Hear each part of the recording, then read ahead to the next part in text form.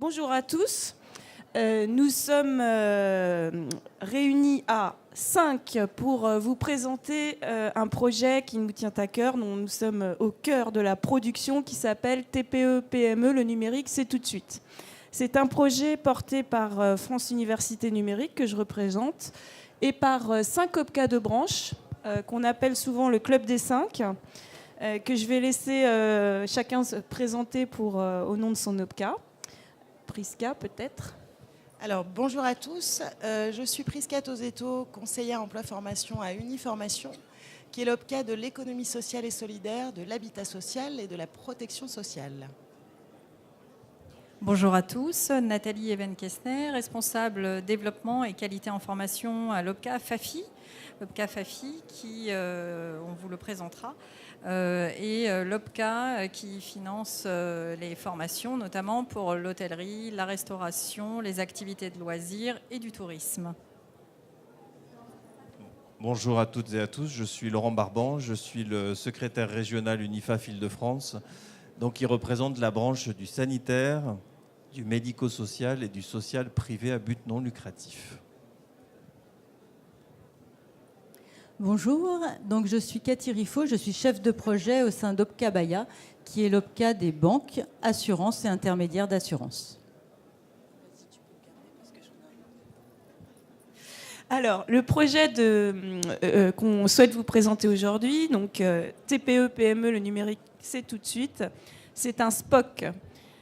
Un SPOC, c'est-à-dire un Small Private Online Course, c'est-à-dire une formation en ligne qui n'est pas ouverte à tous, contrairement au MOOC, qui est réservé à une population identifiée. Ce SPOC est réservé aux adhérents des 5 OPCA partenaires du projet, avec en priorité les TPE et les PME de ces 5 OPCA. Alors, comme mes collègues me le disent souvent, il n'est pas gratuit pour les adhérents, il est pris en charge par les OPCA, puisque ce sont eux qui ont financé en partie cette formation. Le public cible, ce sont tous les acteurs des TPE-PME, c'est-à-dire les dirigeants bien sûr, mais également les salariés.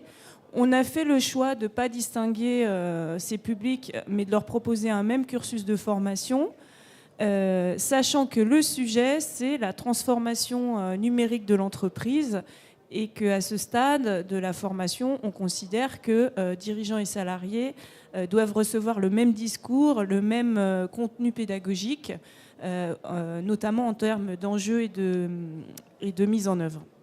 Alors, 3 objectifs pédagogiques très globaux ont conduit nos travaux. D'une part, sensibiliser ces TPE-PME aux enjeux et aux opportunités du numérique, et notamment voir le numérique non pas comme une menace, comme c'est souvent le cas dans ce type de structure, mais bien comme une opportunité de développement. Deuxième objectif, les accompagner concrètement dans la digitalisation de leurs activités et dans le cadre d'une stratégie adaptée à leur filière. Ça, c'est un choix qu'on a fait par rapport à notre benchmark. On a notamment pu voir qu'il y a pas mal d'initiatives ou d'actions qui existent, mais qui ne prennent pas en compte la spécificité filière. Et au vu des secteurs et des différences entre secteurs, il nous paraissait très important d'adapter le contenu aux différents métiers représentés. On comprend tous très bien qu'une TPE du monde bancaire n'a pas les mêmes objectifs et stratégies de transformation digitale qu'un restaurateur, par exemple, ou qu'une association. Troisième et dernier objectif, pas le moindre, c'est leur apporter les compétences nécessaires à la mise en œuvre de leur stratégie. Alors, c'est un SPOC d'une durée d'1 mois qui nécessite à peu près 1 heure de travail par semaine, donc un format très court. On ne va pas faire de ces dirigeants et ces salariés des informaticiens capables de mettre en place tout un système numérique dans l'entreprise, mais l'idée, c'est en tout cas de leur donner la méthodologie, étape par étape, et les objectifs à se fixer pour y arriver.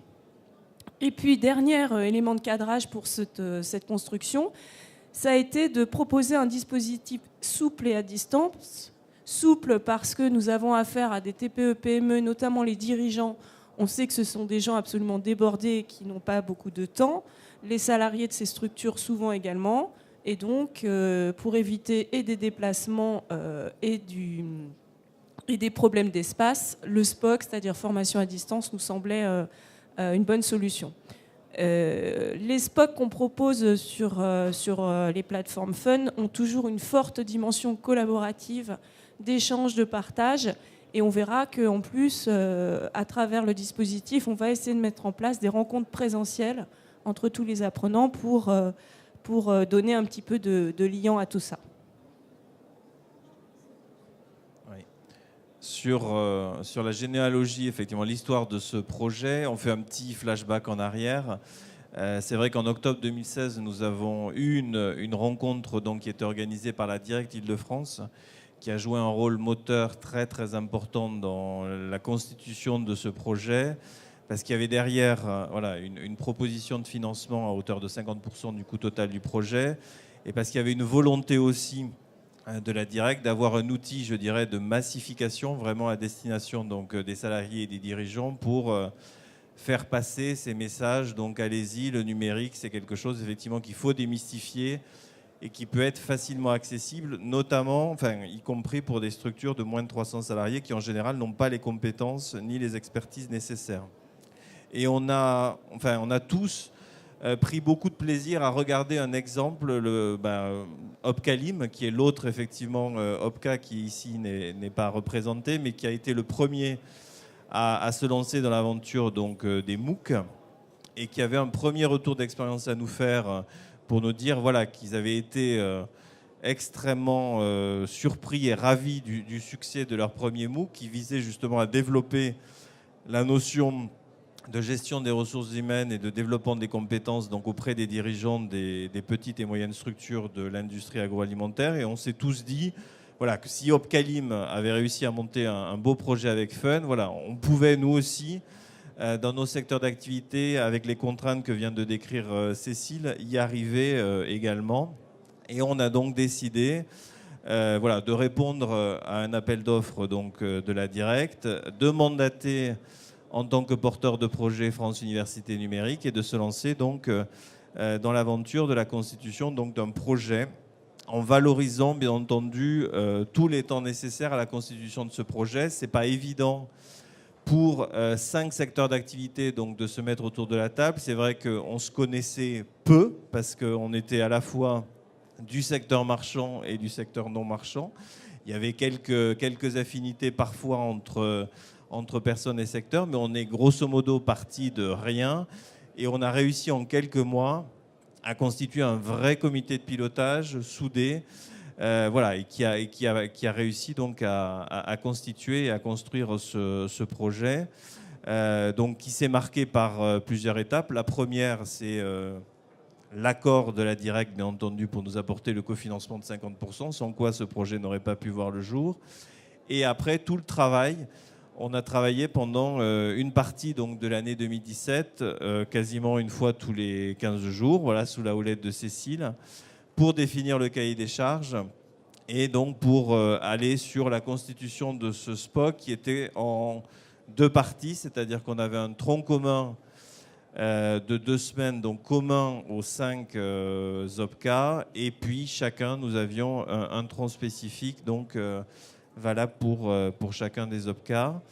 Il y a eu une étape importante aussi, bien entendu, ça a été à partir de septembre 2017, donc le choix des structures, des universités qui réalisent donc le SPOC. Et donc nous avons sélectionné 2 universités, donc le CNAM et puis l'université Lyon 3. Et on a donc officiellement signé le partenariat donc, avec toutes les parties constituantes à partir de septembre 2017.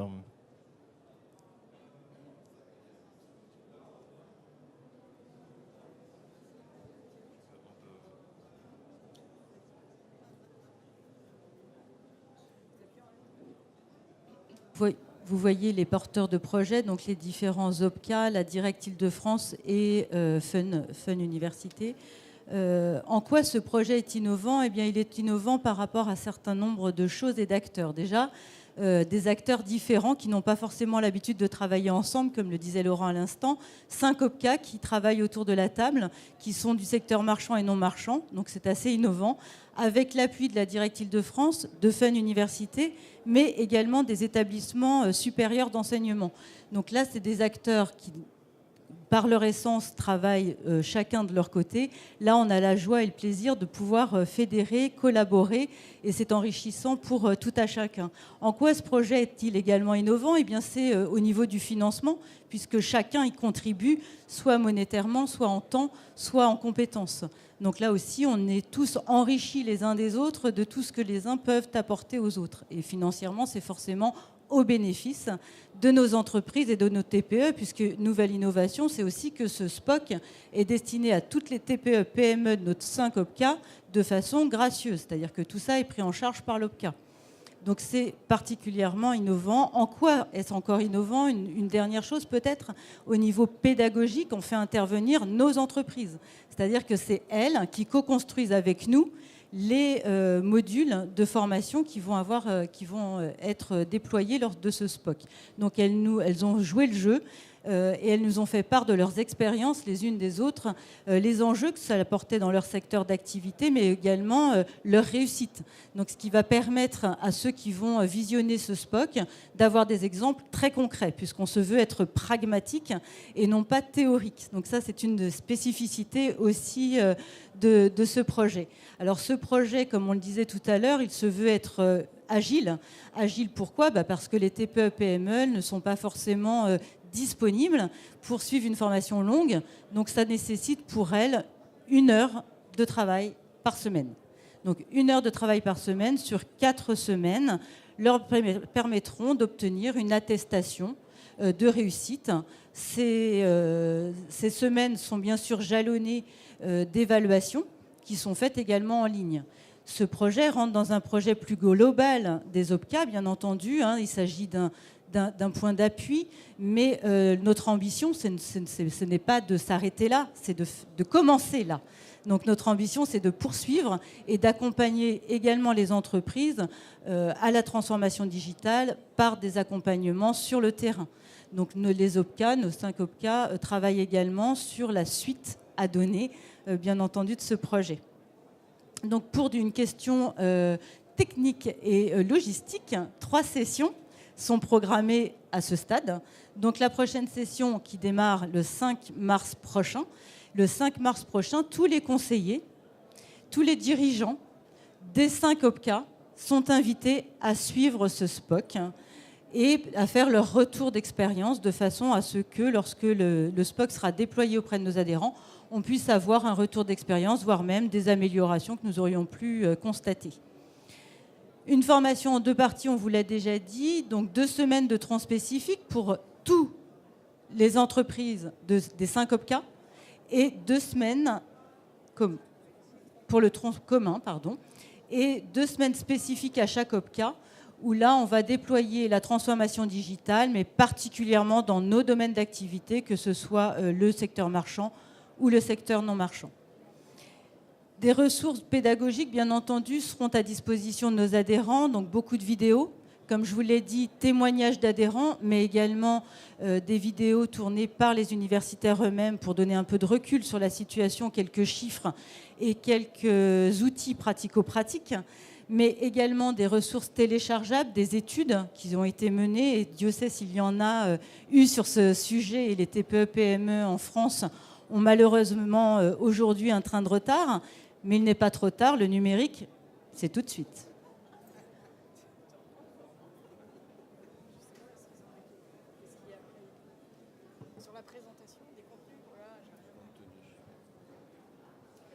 Là, vous allez... Alors, c'est très petit. Vous avez une présentation du tronc commun avec, pour chaque séquence, un thème qui a été défini. L'idée était quand nous avons élaboré le contenu, c'était de repérer... on est parti des freins, finalement, à la mise en œuvre du numérique dans les TPE. Rappelons-le, on est dans le dans les TPE. Et on s'est dit, attention, il va falloir convaincre, il va falloir s'appuyer sur des mots-clés, il va falloir vraiment s'être assuré que nos TPE vont pouvoir mettre en place du digital sur tout un tas de spectre, que ce soit comprendre comment les clients ont évolué, comment les pratiques ont évolué de nos clients aujourd'hui, ne serait-ce que pour l'hôtellerie, la restauration. Aujourd'hui, la plupart des réservations se font en ligne. Les réservations des chambres, les réservations des restaurants se font en ligne. Vous avez des pratiques qui ont vraiment changé. Les clients sont très exigeants. Ils donnent leur avis sur des plateformes que vous connaissez, comme TripAdvisor, La Fourchette. Et donc, ils ont vraiment une envie de faire connaître leurs besoins, de comparer les offres, de vivre vraiment une expérience. Et c'est vrai qu'on a voulu regarder dans ces troncs communs comment expliquer cela à nos TPE, comment pouvoir séduire les clients pour augmenter des marges, fidéliser, comment commencer, comment travailler sur tous les paramètres, que ce soit les fournisseurs, que ce soit les prestataires, que ce soit les ressources humaines, que ce soit aussi les aspects juridiques, parce que dès lors que vous allez commencer à personnaliser un service vis-à-vis de vos clients, vous allez devoir faire attention à toutes les données que vous allez pouvoir collecter sur eux. Donc on a voulu, dans ce tronc commun, avoir vraiment un spectre très large de toutes les questions que nos entreprises peuvent poser pour la mise en place du digital. Alors, il y a les questions basiques. Combien ça coûte? Combien de temps je peux mettre ça en place? Est-ce que j'ai besoin de me faire aider? Est-ce que j'ai besoin d'être conseillé? Est-ce qu'il existe des solutions? Donc, tout le tronc commun va pouvoir, sur les différents types de secteurs que nous représentons, déjà présenter des premières solutions et répondre à des premières interrogations. Ensuite, pour le tronc spécifique, là, pendant les 2 semaines, donc les 2 fois 1 heure, on va plutôt cibler les dirigeants de nos secteurs. Et chaque OPCA va pouvoir cibler sur les particularités de son secteur, avec des thématiques qui vont être renforcées. Par exemple, la thématique non marchand ne va peut-être pas poser les mêmes questions les mêmes interrogations, les mêmes besoins que pour des secteurs marchands. Exemple pour ce qui concerne le tronc spécifique de l'hôtellerie-restauration, on s'est attaché à des solutions très pratiques. Par exemple, comment faire sa réputation? Quelles solutions je peux mettre en œuvre? Est-ce que je peux augmenter les compétences de mes salariés pour pouvoir en faire d'eux les premiers ambassadeurs, les premiers community managers? Dois-je externaliser? Et ça, c'est que la vitrine de communication. C'est répondre aux avis des clients, c'est mettre en place un système de réservation, c'est aussi aller au-delà, c'est pouvoir mettre en place des tablettes numériques pour préparer les commandes afin d'aller au plus rapide, c'est-à-dire que le serveur ne passe plus de temps à faire des allers-retours entre la cuisine et son client. Non, maintenant, il va envoyer les commandes directement sur la tablette, ça va arriver en cuisine, on fait moins de pas et donc on a plus le temps pour avoir une vraie relation avec le client et pour proposer de la vente additionnelle et derrière ça, vous l'imaginez, augmenter les marges. Donc on a aussi voulu repérer aussi tout ce que la digitalisation peut faire en termes de gestion des stocks en juste à temps, en termes de vérification du meilleur prix vis-à-vis des fournisseurs, mais aussi comment on va pouvoir mettre en place une CRM, c'est-à-dire un vrai fichier client et comment on va personnaliser. Donc toutes ces questions-là, elles sont propres à notre secteur vis-à-vis des restaurateurs, parce que les hôteliers, ça fait de nombreuses années qu'ils ont fait leur transition numérique, qu'ils sont déjà bien impliqués dans cette transition numérique et qu'ils la pratiquent au jour le jour, que ce soit sur tous les spectres qu'on l'a dit, ça va des ressources humaines jusqu'à tous les pans de l'organisation. Pour nos restaurateurs, il reste encore des choses à faire, puisqu'on estime que seulement 30% des restaurateurs sont connectés, ont une page web et répondent à des avis en ligne. Donc il était urgent pour nous, face à une clientèle internationale, une clientèle exigeante, une forte concurrence, de pouvoir accompagner nos entreprises pour aller plus loin. Pour les autres trans spécifiques, je vais laisser chacun de mes camarades présenter leurs particularités. Oui, on peut peut-être donner effectivement un éclairage également sur le secteur non marchand, donc, dont Unifaf représente une partie, donc sur la partie sanitaire, sociale et médico-sociale. C'est vrai qu'on a essayé donc de démystifier l'intérêt et les usages du numérique qui existent déjà dans la branche, voilà, notamment toute l'utilisation des objets connectés pour les personnes en situation de handicap, pour les personnes, les enfants autistes, etc. Voilà, il y a des pratiques aujourd'hui tout à fait intéressantes qui permettent de renforcer justement la relation qui existe entre la personne accompagnée et le professionnel, voilà, et qui sont vraiment des facilitateurs. On a travaillé également sur comment, quand je suis effectivement dans une association, donc j'intègre le projet de transformation numérique dans mon projet associatif. Donc vraiment travailler là-dessus avec l'appui des institutions représentatives du personnel, avec les administrateurs, avec les salariés, sur vraiment le déploiement d'une stratégie. On sait qu'il faut essayer de lever des freins parce qu'il y a aujourd'hui au sein de notre branche professionnelle, voilà, des personnes qui sont encore aujourd'hui réfractaires à l'usage et à la notion effectivement de la transformation numérique. Donc on a vraiment essayé par l'exemple de donner envie à nos structures demain, voilà, d'entrer beaucoup plus pleinement dans le numérique, et après effectivement de leur donner donc des outils, des moyens de communication et puis aussi des moyens d'évaluation dans le temps. Donc on sait que voilà, en 2 heures on ne peut pas révolutionner donc les pratiques et dans une branche professionnelle, mais on peut en tout cas faire tomber quelques barrières et en tout cas donner envie ensuite d'aller plus loin. Donc pourquoi pas entrer ensuite sur des programmes de formation ou des programmes d'accompagnement beaucoup plus ambitieux. Et là, l'OPCA pourra effectivement continuer, bien sûr, au travers de ces actions collectives, donc à proposer des offres complémentaires à la suite de ce SPOC. Je voulais peut-être... Et d'ailleurs, par rapport à ce que tu es en train de dire, c'est aussi tout l'intérêt des forums, effectivement, dans le contenu du SPOC en 2 heures, enfin en 4 semaines, on n'a pas le temps non plus de faire des webmasters ou des spécialistes de la question par rapport aux activités et au secteur de chacun, mais l'idée c'est plus de faire tomber les leviers, d'impulser une envie de s'y mettre, et du coup derrière que à la fois les forums puissent permettre beaucoup d'échanges, peut-être de pratiques entre des acteurs de secteurs qui ne sont pas forcément en lien, hein. Ça peut être un boulanger qui va échanger avec une association sportive et ils vont se rendre compte qu'en utilisant tel outil, ils ont gagné du temps, ils ont amélioré une qualité de service ou autre au sein de leur organisation. Donc on compte beaucoup là-dessus. Et puis les forums aussi vont avoir l'avantage qu'à la fois des OPCA, donc des membres des OPCA, des conseillers ou des équipes, et les enseignants pédagogiques donc, qui ont participé à la construction pédagogique du projet pour chaque OPCA vont pouvoir interagir, répondre aux questions des employeurs et des salariés qui vont suivre le cursus. Alors dans le secteur de la banque et de l'assurance, le numérique a aussi un effet très important que vous devez connaître, hein. Vous avez, j'imagine, chacun peut-être votre application bancaire sur votre smartphone, entre autres.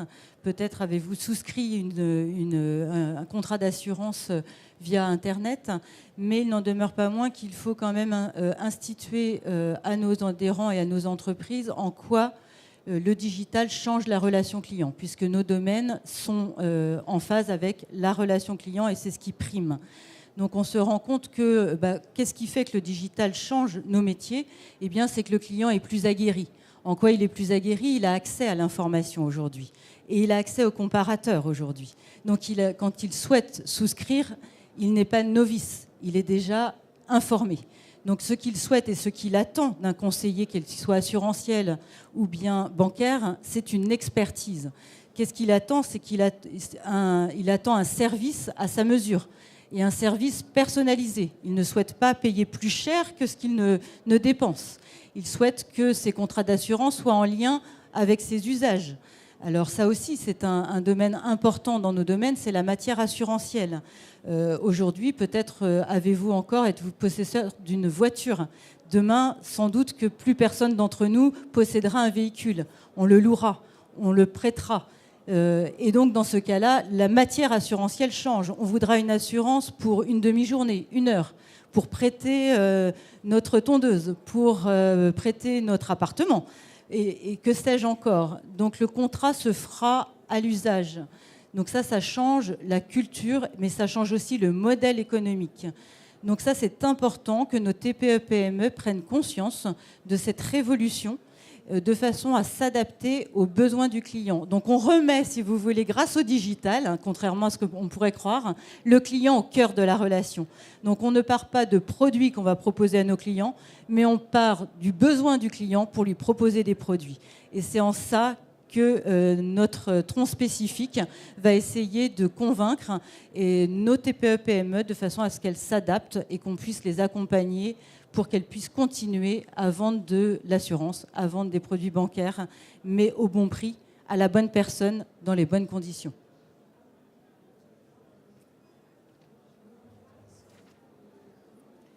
Alors, rapidement, 2 établissements d'enseignement supérieur et de recherche membres de France Université Numérique ont été sélectionnés pour fabriquer ce SPOC, le produire, en lien étroit, bien sûr, avec le Club des 5. D'une part, le CNAM et d'autre part, l'Université Lyon 3 Jean Moulin. On a fonctionné par appel d'offres interne auprès de notre réseau. Chez Fun, on a la quasi-totalité des établissements d'enseignement supérieur et de recherche français qui sont membres via leur commu de notre groupement d'intérêt public. Et suite à cet appel à projet, on a eu plusieurs propositions et on a retenu la proposition conjointe, ça c'est intéressant, conjointe entre le CNAM et Lyon 3. Très rapidement, donc ici vous voyez les équipes pédagogiques, ceux dont on parle souvent peu, qui sont les responsables numériques, qui sont les ingénieurs pédagogiques, les assistants de production, tout ce petit monde qui fait qu'un MOOC peut voir le jour et être mis en ligne. J'ai pas mis ici les noms des enseignants qui portent la formation. Je vais quand même les citer parce que ce sont des enseignants-chercheurs de haut vol dont on est vraiment fiers qui participent à la conception de ce SPOC. Pour le tronc commun, nous avons Mohamed Bayad, professeur agrégé des universités au CNAM, directeur de plusieurs licences et masters, spécialisé sur l'entrepreneuriat et la petite entreprise, et qui par ailleurs intervient dans de nombreuses associations, groupements pour accompagner les TPE-PME. Donc c'était la personne rêvée pour porter le tronc commun de ce SPOC. J'ajoute que Mohamed a également produit un MOOC sur FunMOOC que vous connaissez peut-être, qui s'appelle Désir d'entreprendre. Les enseignants des troncs spécifiques, alors je ne sais plus quel enseignant va chez quel OPCA, mais nous avons côté Lyon Éric Disson, qui intervient sur la partie bancaire, OPCA Baya. Nous avons Leslie Huin également à Lyon qui intervient avec Prisca sur tout l'écosystème associatif. Nous avons Cécile Agbo, je crois, qui est au FAFI, c'est ça? Brice Dution. Alors Brice Dution également est spécialisée sur les questions de tourisme, c'est pour ça qu'on l'a choisie. Sandra Berthézen pour Unifaf. Sandra Berthézen est une enseignante chercheuse dont la spécialité c'est la santé et la solidarité, donc des affinités assez directes avec Unifaf. Et Cécile Agbo, est spécialisée sur les questions alimentaires. Donc l'intérêt de ce partenariat entre le monde universitaire et le monde de l'entreprise, c'est ces fameux enseignants-chercheurs qui ont des connaissances de haut niveau et extrêmement précises sur des secteurs professionnels. Et leur rencontre est une très belle rencontre. Alors, concernant le SPOC, donc on a créé un site internet qui est actif, que vous pourrez, je vous invite... Un petit peu plus. Ah oui, pardon. Que je vous invite vivement à aller consulter. Donc sur lequel il y a une présentation évidemment du dispositif, pas mal de ressources, la possibilité aussi de s'inscrire, une présentation du Club des 5 et des différents partenaires. Voilà, donc après je ne sais pas qu'est-ce que je peux rajouter. Au niveau des... Oui, surtout pour la préinscription à la formation.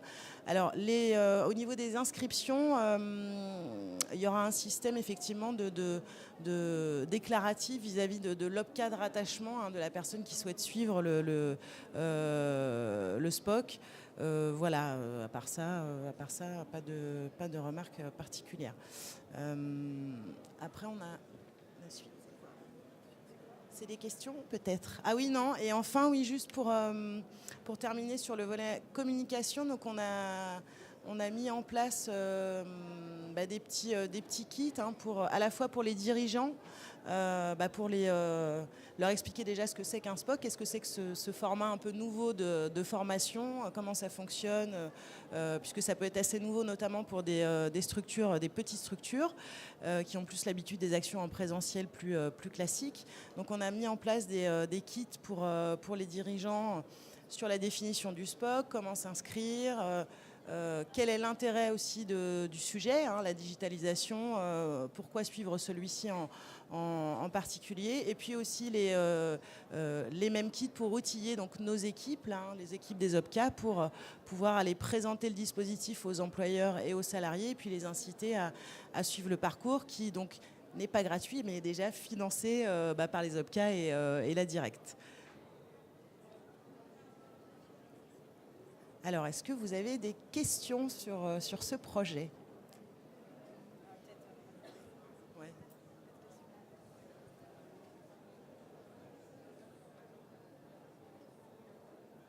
Pas de questions. Bon, ouais. Je vais lui donner. Vas-y.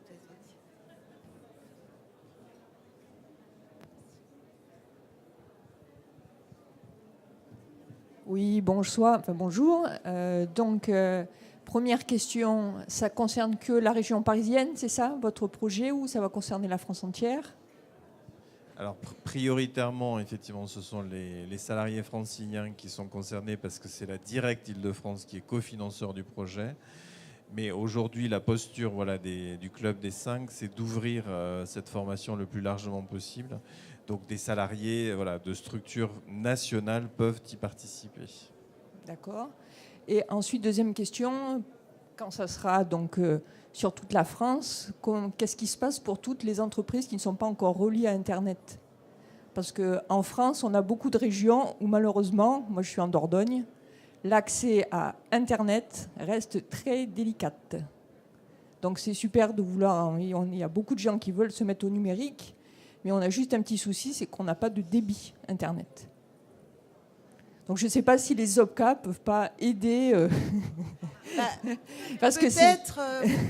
non, mais peut-être, je me dis, c'est vrai qu'effectivement, ça peut arriver pas que dans le sud d'ailleurs, mais alors peut-être que par les OPCA, solliciter des partenaires qui, eux, pourraient peut-être mettre des salles à disposition pour faire des séances de groupe. Je sais pas, c'est une idée, mais oui, effectivement, là, techniquement, malheureusement, on a peu de poids, je pense, face aux opérateurs pour leur demander de vous relier plus vite pour pouvoir suivre le dispositif. Mais c'est une vraie question, en tout cas.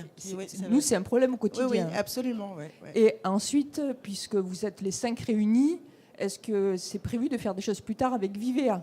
Puisque, par exemple, le FAFI, je pense qu'il y a des choses communes par rapport au tourisme, à l'onotourisme, qui peuvent être, ça peut être vraiment un projet, le passage au numérique des agriculteurs, réservé en ligne, c'est les mêmes problématiques. Donc je pense que si ça fonctionne pour le FAFI, je pense que pour Vivea, ça pourrait être vraiment intéressant aussi. Alors, la posture effectivement du du Club des 5 à l'origine du projet, on était plutôt avancé, mais on a déjà eu effectivement des sollicitations d'autres OPCA, d'autres branches. Après discussion, voilà, la décision, c'est plutôt de ne pas fermer la porte à d'éventuels autres partenaires qui viendraient se greffer au projet, auraient donc un accès au tronc commun, et pourquoi pas, avec un nouveau potentiel financement de la directe, refaire des troncs spécifiques d'autres secteurs, nous améliorer les nôtres. Ça, on aimerait bien nous tendre vers ça, puisque le projet est intéressant. On verra une fois que ce sera lancé, si on a des inscriptions et que ça fonctionne. Mais en tout cas l'idée, c'est plutôt que ça continue et effectivement que ça puisse prendre plutôt de l'ampleur.